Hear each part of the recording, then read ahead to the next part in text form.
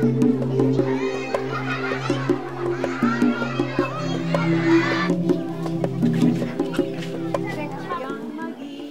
araw ng pasukan sa Ginaang Elementary School sa Bontoc Mountain Province.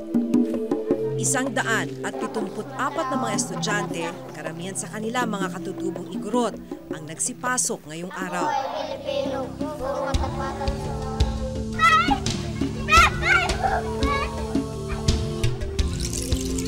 Ang tanong, may gagamitin naman kaya silang sapat na aklat?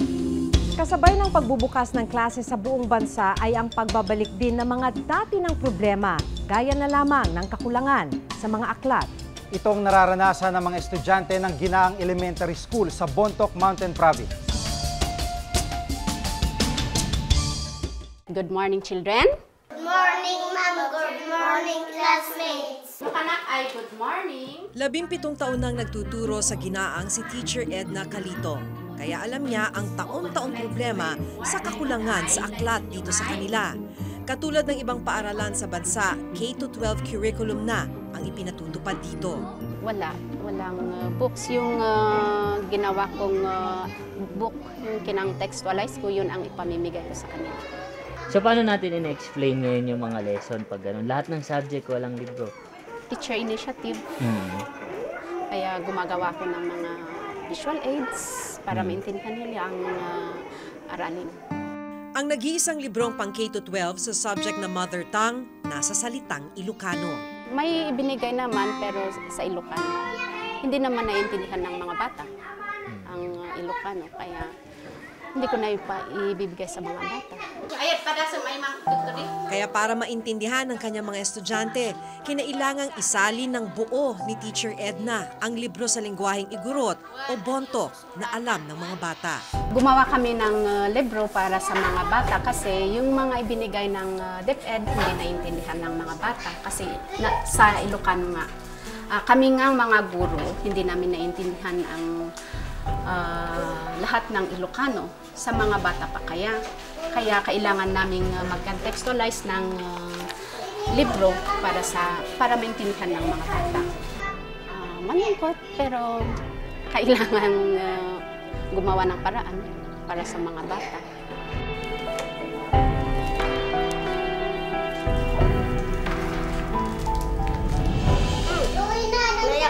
Sit properly. Na subject ako ay una is mother tongue. Sa klase naman ni Teacher Helen Magsoy sa grade 2, kumpleto ang mga libro para sa K-12 curriculum. Pero problema din niya ang hindi pagkakasali ng mga ito sa lengguwaheng Igorot. Ang libro sa grade 2, kompleto.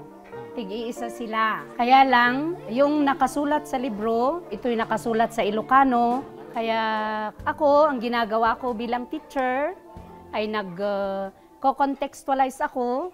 Pero may mga malalalim na Ilocano na hindi ko rin naiintindihan. Kaya nagtatanong ako sa iba. Kakulangan din sa libro ang idinadaing ni Teacher Joy Chakas, guro sa grade 3 dito sa Ginaang. Meron po ba tayong libro? Wala po, sir. Incomplete po. Pag sinabi incomplete, ano lang po yung meron tayo? Maki lang po, sir. Tapos wala na po. At para sa mga subject kung saan wala pa silang mga aklat na pang K-12, lumang aklat na hindi na akma sa bagong curriculum ang ginagamit. Mga ito po, sir, yung old books namin. Yung mga English na mga ito.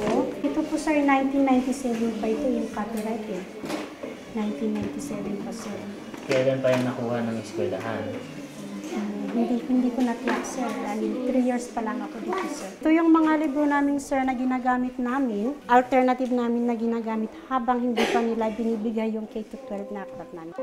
Sabi ni Teacher Joy, may mga leksyon sa K-12 curriculum na wala sa mga lumang libro. Ito yung halimbawa, sir, ng curriculum guide ng grade 3 na pinagkukunan namin ng mga objectives namin everyday. Gaya nitong science, describe sources of light and sound, heat and electricity, and enumerate uses of light, sound, heat, and electricity. Wala yan dun sa mga libro. Sir. Ako na ang nag-a-adjust para sa kanila. Kumukuha ako, nagpo-print ako, may printed ako, may activity cards ako. may activity sheets para sa kanila. Para hindi ka may mag-depend ng husto sa aklat, sir. Hiling ni na Teacher Joy, Helen at Edna, mabigyan sila sa lalong madaling panahon ng mga librong kailangan nila. Mas maganda sana, sir, kung talagang meron na kaming aklat na gagamitin. Para naman makatulong sa amin, hindi masyadong mahihirapan na maghagilap pa ng mga materialis. Tinungo namin ang regional office ng Department of Education dito sa Cordillera Administrative Region o CAR na sumasakop sa Ginaang Elementary School. Nais naming malaman kung bakit may kakulangan pa rin sila sa mga libro. Siguro totoo nga meron. So, ang ine-expect lang kasi namin and from the level of the regional office, the division offices should have reported that and probably ask how the regional office can help them come up with these LMs if ever they do not have. But as for now, there are no reports that they do not have these LMs. Pero ang sabi nga ninyo, meron yung hindi nabigyan na parang kung kami rin, no? Bakit kaya at bakit hindi na-report? So, salamat naman at sinabi nyo sa amin so we can follow it up sa division office. Tungkol naman sa mga librong hindi nakasalin sa lengguwaheng Igorot na naiintindihan ng mga estudyante sa Ginaang Elementary School, matagal na raw nilang hinihiling na magkaroon ng ganitong bersyon ng mga libro.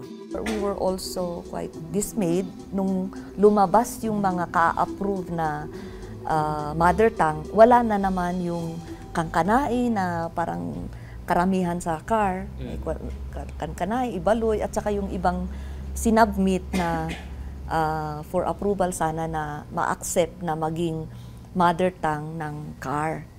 Because totoo, Ilocano is not the common language in CAR. Hindi talaga magagamit yan. Ang nakapanghihinayang sa kabila ng kasalatan sa aklat ng maraming estudyante sa mga pampublikong paaralan sa bansa, may natuklasan ng Commission on Audit ng mga aklat na tila nasayang at hindi na mapakikinabangan. Dito sa sulok na to, kung papansinin mo, mga bago pa yung libro.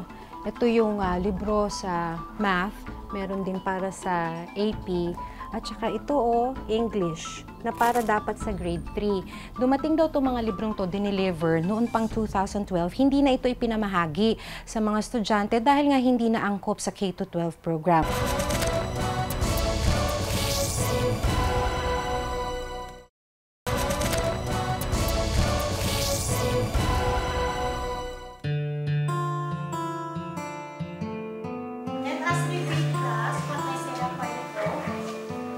Kung ang mga estudyante ng Ginaang Elementary School nagtitiis sa kakulangan ng mga aklat, may mga libro para sa mga pampublikong paaralan ang hindi na pakikinabangan. Ayon sa report ng Commission on Audit para sa school year 2012 hanggang 2013, mahigit 600 million pesos na mga libro ang hindi akma sa K-12 program at posibleng hindi mapakinabangan. Great, dapat one children. Kung pagbabasihan ang COA report, nag-procure o nag-imprenta ang Department of Education o DepEd ng mahigit 16 na milyong textbooks para sa basic education curriculum noong school year 2011-2012. Pero ang problema, sa sumunod na school year na 2012-2013 ay nagdesisyon ng DepEd na ipatupad ang K+12 curriculum. Isang Marikina sa sinasabi ng COA na nakatanggap ng pinakamaraming libro na hindi akma sa K-12 program.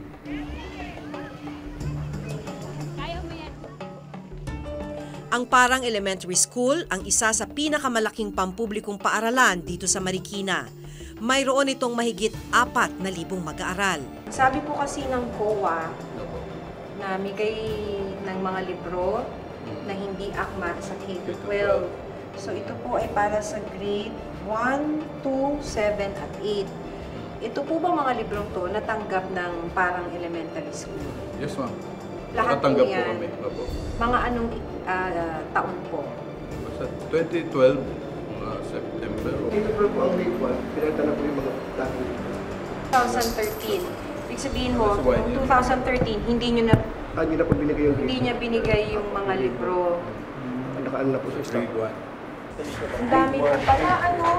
Saan po yung mga grade 1? Ito po yung grade 1. Ito na yung mga libro no, na binabanggit ng Commission on Audit sa kanilang report.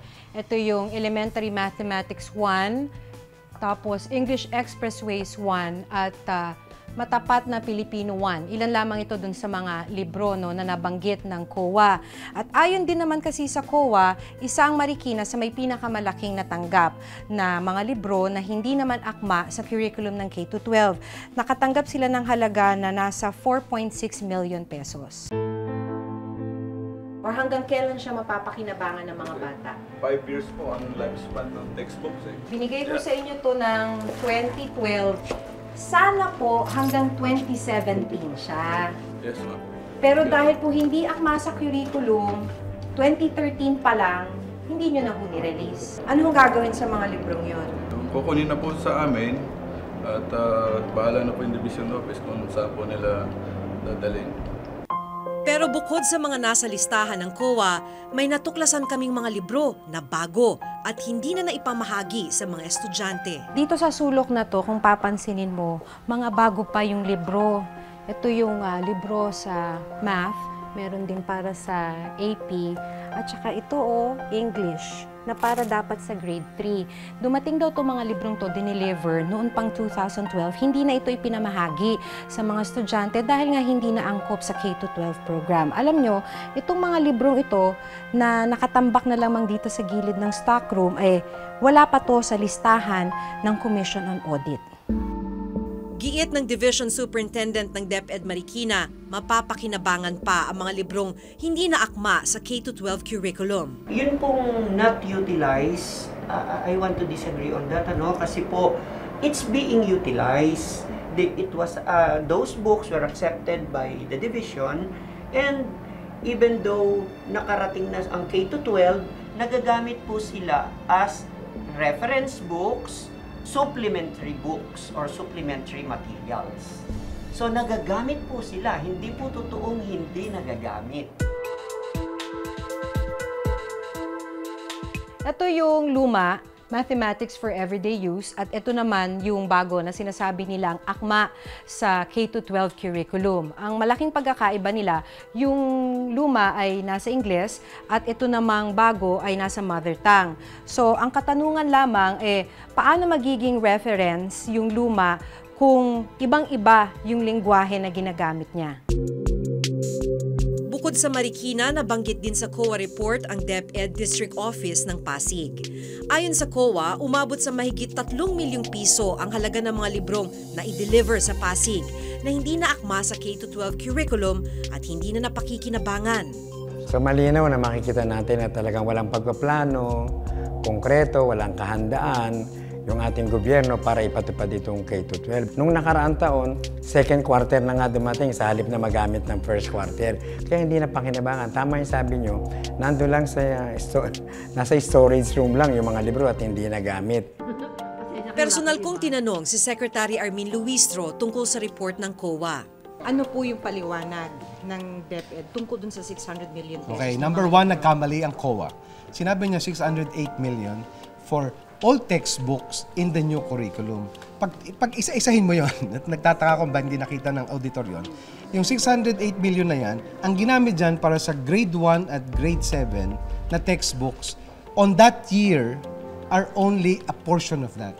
Okay, so number 1, I think they have to look at their figures. Number 2, we will respond officially to COA, but the truth of the matter is, maghanap ka ng private school na gumagamit ng textbook at nung magbago ang curriculum, itinapon lahat yung old textbook. My big argument is, I don't think they realize that all textbooks are usable depending on ano yung mga pages doon. Kasi binago naman natin yung curriculum. That's just the order and the sequence. There are a lot of very good things in an old textbook and I can show that to you per textbook. Itinanong ko na rin kung ano ang pwedeng gawin ng DepEd sa mga paaralang gaya ng Ginaang Elementary School na may kakulangan pa rin sa aklat. Ito yung assurance ko sa'yo. Bigay mo sa akin kasi kung may estudyante may kailangan yan. Kung walang possibility and DepEd na tulungan sila, marami kaming partners. So yun lang, the area and what are the needs.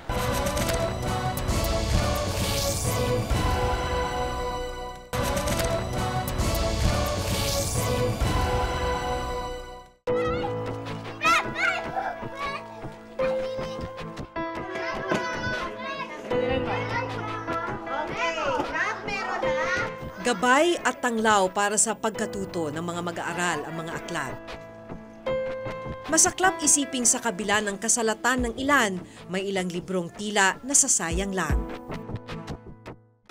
Hanggang sa susunod na Huwebes, ako po si Maki Pulido. Ako si Jigo Manicad at ito nakatala sa aming Reporter's Notebook.